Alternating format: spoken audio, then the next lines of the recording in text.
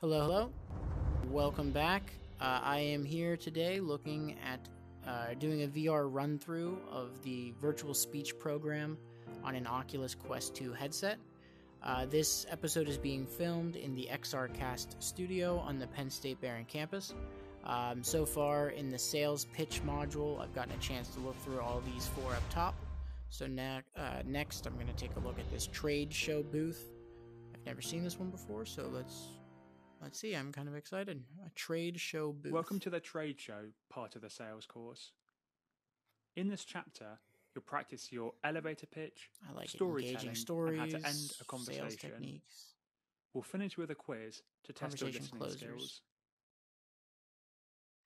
I like the conversation closers ending. Here are some brief notes on areas we'll cover in this chapter. I'll talk about them in more detail later on. Cool concept. If you need to pause and read any of these cool tips. Read over these sales questioning techniques before moving on. We won't be testing you on them, however they're good to learn before your next event in case you run out of talking points.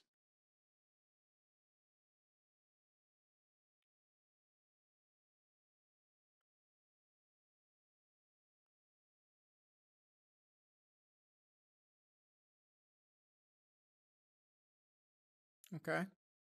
All great questions. All very good questions. Let's start with the elevator pitch. This should be a 30-second summary of who you are, your product or business, and your job role. Press begin and start your elevator pitch. We've added in a timer so you can see how long yours is taking. Okay.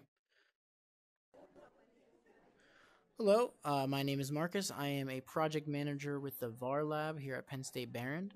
We work to integrate immersive technologies in a variety of ways. We have one unit that's focused on researching the technologies. We have one focused on creating using the technologies, especially engaging students, so having an immersive makerspace. And then lastly, we have our our VAR EDU, which is our immersive classroom. So I could have maybe said immersive a little bit nicer there, but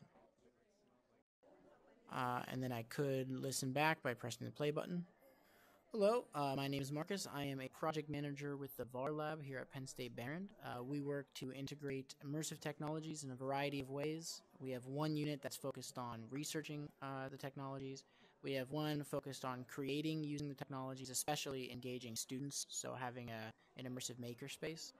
And then lastly, we have our our VAR EDU, which is our immersive classroom.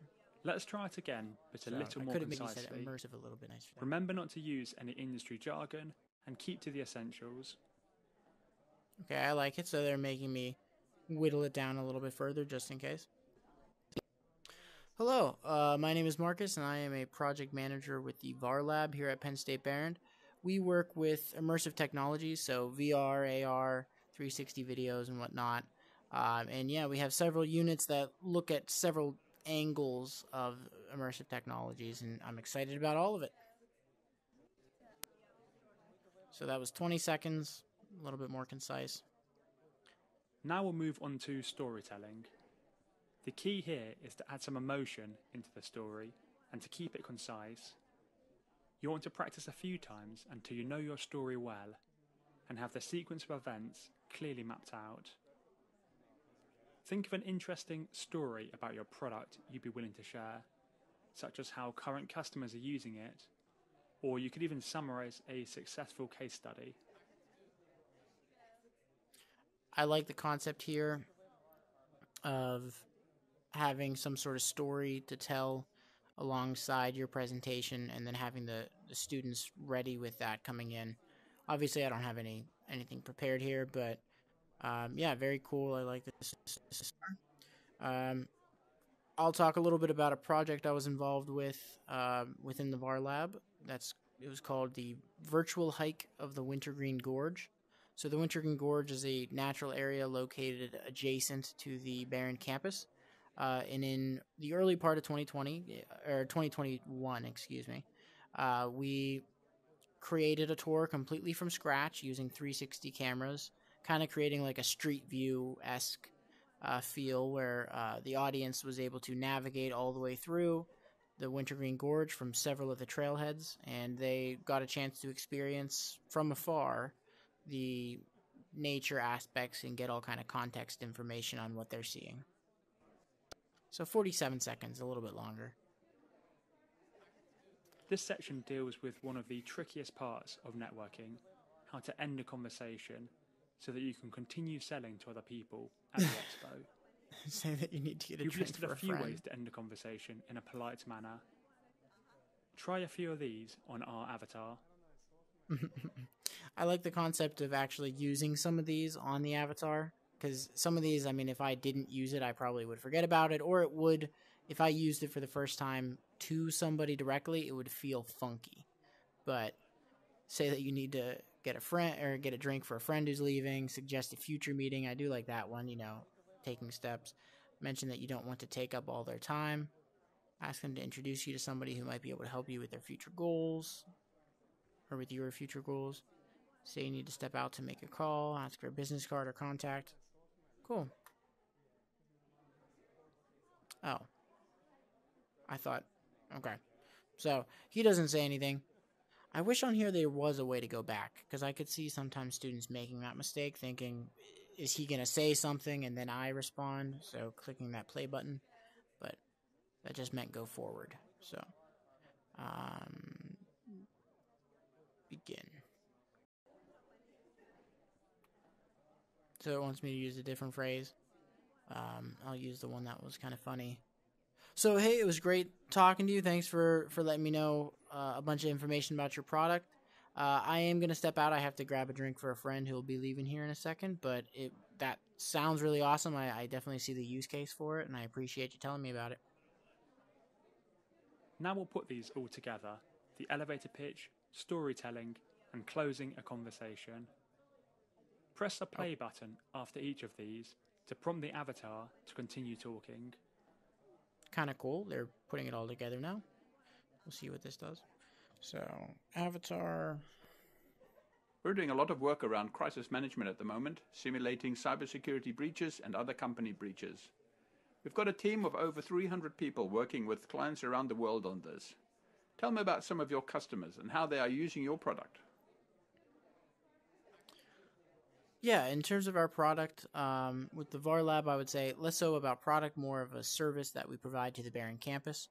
And I guess you can say our customers would be Behrend students, as well as Behrend faculty members and others around the Commonwealth who were able to aid in the integration of immersive technologies alongside them.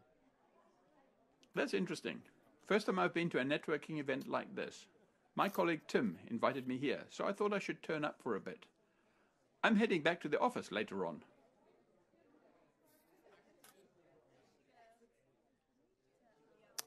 I think Dennis.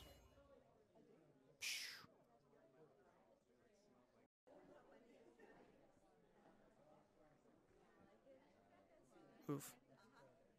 Yeah, I was honest. I wasn't really listening too much. Tim. Yeah. Back to the office. I was distracted. That is good. Good point. Okay, so that was the trade show booth. Went through a quick elevator pitch about your product, then a little bit about storytelling, and then closing a conversation. So I think that was a really cool information to have. I think before going to a trade show, having that experience would be cool just to get an idea for how a proper conversation kind of flows. And then you need to know how to close it. You need to know how to be done. So that's a cool one. Now I'm going to check out the selling generic products. This appears to be a scene that we have seen before, but I don't know what the spin on this one is. This kind of goes back to the impromptu. Let's see. Practice selling generic products which lack unique features. Shown on the left wall for 2 minutes before changing. Oh, you got to go for 2 minutes. Repeat the selling pitch for 5 objects before finishing the VR scenario. So I'm not going to go for the whole time. Hopefully it lets me go through the next object.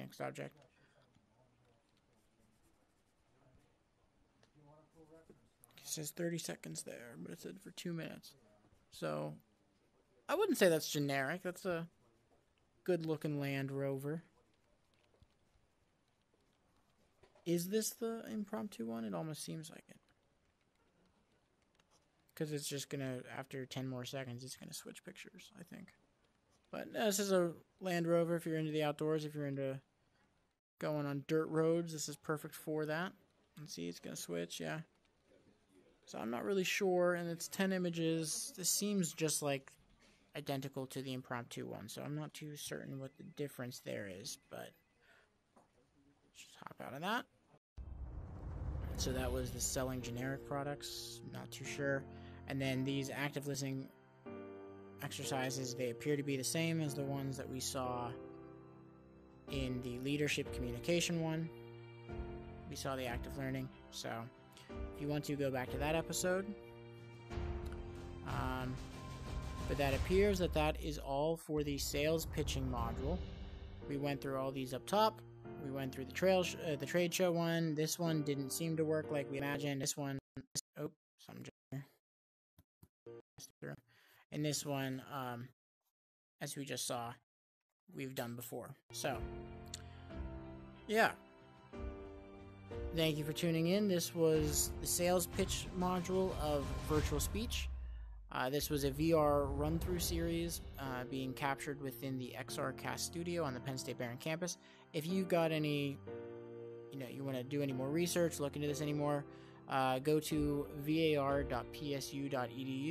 And if you have any questions, you can reach out at varlab@psu.edu. Thank you.